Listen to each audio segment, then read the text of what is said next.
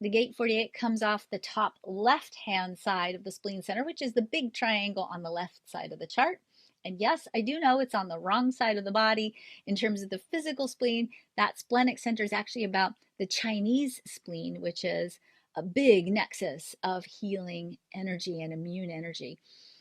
So, the gate 48, which in quantum human design we call the gate of wisdom, which is in traditional human design the gate of depth, not death, but depth. It's a gate that gives us a drive, a desire, a longing to go deep, deep, deep into the foundation of experience and knowledge. In the shadow side of this gate, we see this gate expressed as inadequacy.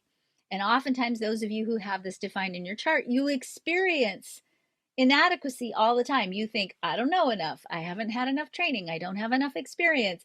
I need to practice some more. I need to take some more classes. I need to take some more trainings. I need to read some more books. Oftentimes, that fear of inadequacy gets triggered anytime we have to up level, if you will, or elevate our skill set and our knowledge base or our self expression. And we let that inadequacy cause us to hide out oftentimes in thinking, oh, I'll just take some more classes, or I'll get some more certifications, or I'll take some more training, or I'll go do 567, 80 extra free readings instead of doing what I'm supposed to be doing.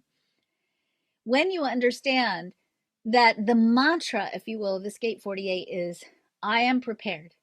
I know enough. And if I don't know enough, I'll know what I need to know when I need to know it.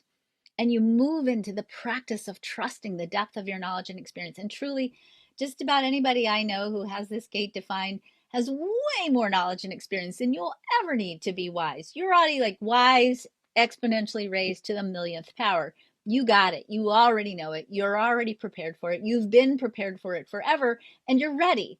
And if you can really recognize when you bump up against that inadequacy that, oh, wait, hey, I'm ready for this. I've prepared for this. I got this. I'll know what I'll need to know when I need to know it. And I have a depth of knowledge and information and experience that I'm going to be able to draw on, even if I'm confronted with something unexpected. If you can rest in that, trust in that, swim and bathe in that, then you will have the energy and the confidence and the ability, the courage to push through that inadequacy and get to the other side to discover that you are actually indeed well prepared for the task at hand.